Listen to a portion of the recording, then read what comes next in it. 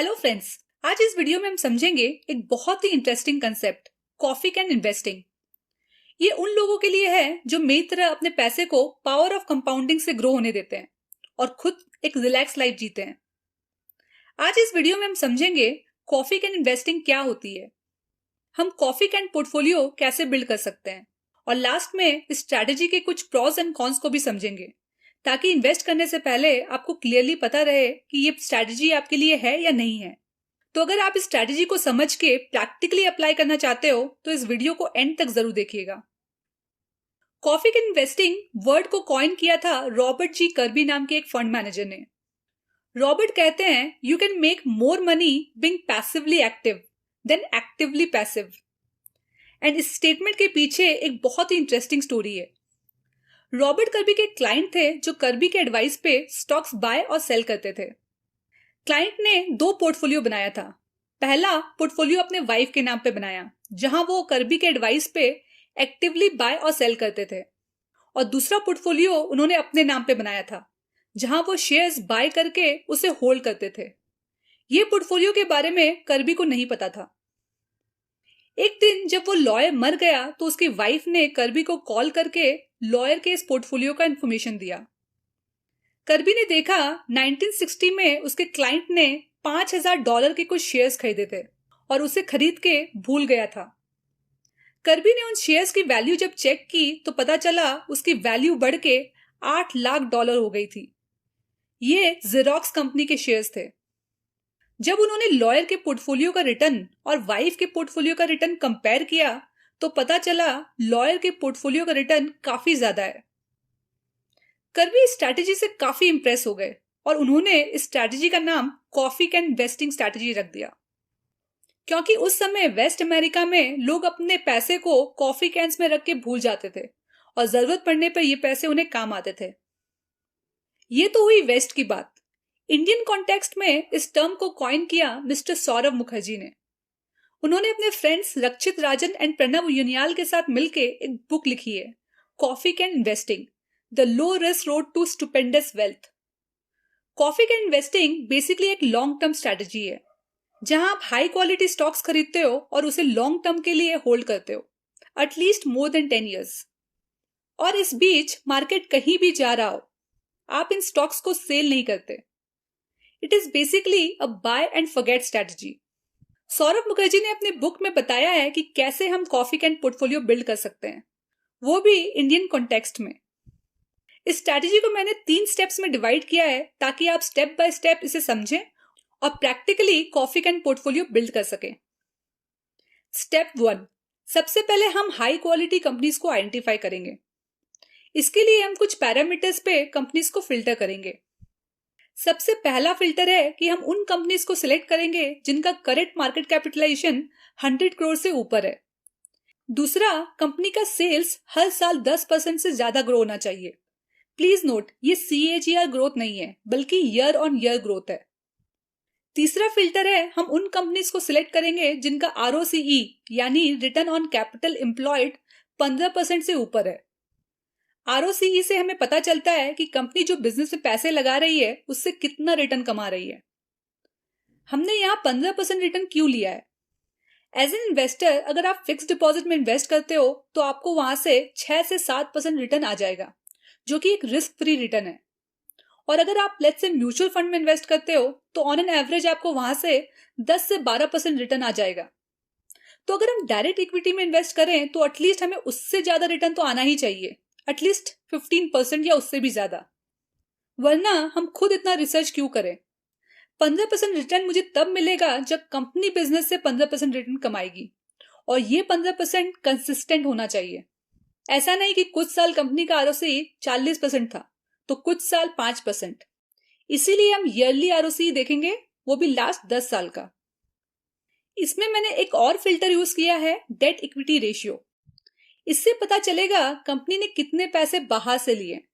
अगर ज्यादा डेट है तो ज्यादा इंटरेस्ट पेमेंट भी होगा, और जब इकोनॉमिक स्लोडाउन आता है तो ज्यादा डेट वाली कंपनी सस्टेन नहीं कर पाती। इसीलिए डेट जितना कम हो उतना अच्छा है। इसके लिए हम उन कंपनीज को सिलेक्ट करेंगे जिनका डेट इक्विटी रेशियो 0.5 से कम होगा। आप किसी भी ऑनलाइन स्क्रीनर को यूज करके इन पैरामीटर्स के बेसिस पे कंपनीज को फिल्टर कर सकते हो। पर स्क्रीनर का भी एक लिमिटेशन है। आपको यूजुअली CAGR ग्रोथ मिलता है, ईयर ऑन ईयर ग्रोथ नहीं मिलता, और वो भी लास्ट 10 साल का। और हमें स्ट्रैटेजी में ईयर ऑन ईयर ग्रोथ ही देखना है, तो इसके लिए आप ये फिल्टर्स यूज कर सकते हो। और इसी तरह ROC में भी आप सेम तरीके से फिल्टर यूज कर सकते हो। इस तरह से आपको एक अप्रोक्सीमेट रिजल्ट मिल जाएगा। यहां से आपको वो कंपनीज मिल जाएंगी जिनका sales growth year on year 10% से ज्यादा है, और यहां से आपको वो कंपनीज मिल जाएंगी जिनका ROC 15% से ज्यादा है।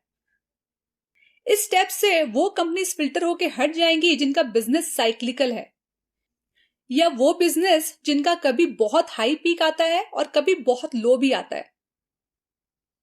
इस स्टेप के बाद अगर आपको 100 से ज्यादा कंपनीज मिलती हैं तो आप कुछ और फिल्टर्स यूज कर सकते हो, जैसे कंपनी का फ्री कैश फ्लो पॉजिटिव होना चाहिए, प्रोमोटर होल्डिंग्स लेट्स से 40% से ज्यादा होना चाहिए। इस तरह आप अपनी लिस्ट को नैरो डाउन कर सकते हो। अब ये हो गया क्वांटिटेटिव एनालिसिस। अब हम इन शॉर्टलिस्टेड कंपनीज का क्वालिटेटिव एनालिसिस भी करेंगे। हम उन कंपनीज को सिलेक्ट करेंगे जो अपने इंडस्ट्री की लीडर है। सेक्टर भले ही छोटा हो पर उसका मार्केट शेयर काफी बड़ा होना चाहिए। कहने का मतलब है अपने तालाब में वो सबसे बड़ी मछली होनी चाहिए। दूसरा, इन कंपनीज के पास कोई वाइड इकोनॉमिक मोट होना चाहिए, यानी कंपिटिटिव एडवांटेज, जिससे उनका मार्केट शेयर कोई और कंपिटिटर आसानी से कैप्चर ना कर सके। क्योंकि बहुत सी ऐसी कंपनीज थी पास्ट में जो एक टाइम पे मोनोपोली एंजॉय करती थी, जैसे नोकिया मोबाइल फोन में, वीडियोकॉन इलेक्ट्रॉनिक्स में, कोडैक कैमरा में। पर उनके पास कोई इकोनॉमिक मोट नहीं था और हाई कंपटीशन में ये कंपनी सस्टेन नहीं कर पाई और डूब गई। इसीलिए इंडस्ट्री लीडर होने के साथ साथ इकोनॉमिक मोट का होना भी बहुत जरूरी है। इकोनॉमिक मोट पे मैंने एक सेपरेट वीडियो बनाया है, आप उसे देख सकते हो। तीसरा, कंपनी की ब्रांड इमेज पॉजिटिव होनी चाहिए और उसकी मैनेजमेंट एथिकल होनी चाहिए। अगर कोई कंपनी या उसकी मैनेजमेंट नेगेटिव न्यूज में है या कोई लीगल केसेस चल रहा है तो हम ऐसी कंपनी से दूर रहेंगे। इन 2 स्टेप से आपको 20 से 25 कंपनीज मिल जाएंगी अलग अलग डाइवर्सिफाइड सेक्टर से। अब सेकंड स्टेप में हम इन कंपनीज को उसके वैल्यूएशन के बेसिस पे बाय करेंगे। वॉरेन बफे कहते हैं कि हमें कंपनीज को तब खरीदना चाहिए जब वो अपने इंट्रिंसिक वैल्यू यानी कि फेयर वैल्यू से नीचे मिल रही है, यानी जब वो अंडर प्राइस्ड है। इंट्रिंसिक वैल्यू कैलकुलेट करने के बहुत सारे मेथड्स हैं, जैसे आप एब्सोल्यूट वैल्यूएशन मेथड यूज कर सकते हो, like discounting cash flow method. यहां हम कंपनीज के फ्यूचर अर्निंग्स को डिस्काउंट करके प्रेजेंट अर्निंग्स में कैलकुलेट करते हैं, जिससे हमें present value of the company पता चलता है। इस वीडियो में मैंने इसे डिटेल में एक्सप्लेन किया है कि कैसे हम एक लिस्टेड कंपनी का वैल्यूएशन कैलकुलेट कर सकते हैं, तो आप ये वीडियो देख सकते हो। दूसरा, आप रिलेटिव वैल्यूएशन मेथड से कंपनी का वैल्यूएशन चेक कर सकते हो। इस मेथड में हम एक कंपनी के वैल्यू को दूसरे सिमिलर बिजनेस के साथ कंपेयर करते हैं, कुछ कॉमन मेट्रिक्स को यूज करके, जैसे earnings, book value, sales etcetera. For example, price earning ratio, price book value ratio. Valuation पे मैंने एक सेपरेट वीडियो बनाया है, आप उसे देख सकते हो। वैल्यूएशन के बेसिस पे हम 10 से 15 स्टॉक्स का एक पोर्टफोलियो बनाएंगे एंड मेक श्योर ये वेल डाइवर्सिफाइड स्टॉक्स हैं फ्रॉम डिफरेंट सेक्टर्स।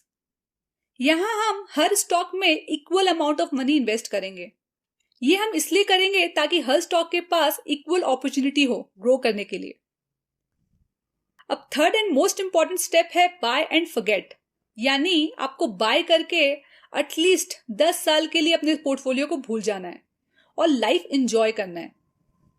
ये स्टेप जितना इजी साउंड करता है उतना ही डिफिकल्ट स्टेप है।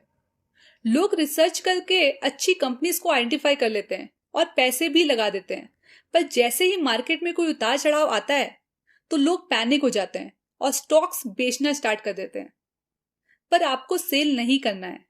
अगर आपने फर्स्ट एंड सेकंड स्टेप को अच्छे से फॉलो किया है तो आपको मार्केट के उतार चढ़ाव से पैनिक होने की बिल्कुल भी जरूरत नहीं है। क्योंकि अगर आप शॉर्ट टर्म में स्टॉक मार्केट देखोगे तो इसमें हाई वोलेटिलिटी होती है। वहीं अगर आप लॉन्ग टर्म में मार्केट देखोगे तो उसमें बहुत ही कम वोलेटिलिटी होती है। लॉन्ग टर्म में मार्केट हमेशा ऊपर ही जाता है और आपको उससे एक हाई रिटर्न मिलता है। इसीलिए थर्ड स्टेप बहुत इंपॉर्टेंट है, buy and forget for at least 10 years। अब इस स्ट्रेटेजी के कुछ प्रॉज एंड कॉन्स को भी समझते हैं।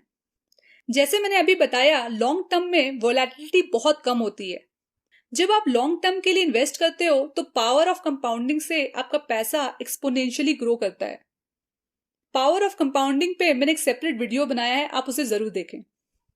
बार बार बाय और सेल करने से आपका ब्रोकरेज फी बहुत लगता है और शॉर्ट टर्म में टैक्स ऑन कैपिटल गेन भी बहुत हाई होता है, तो आप इन कॉस्ट को मिनिमाइज कर सकते हो।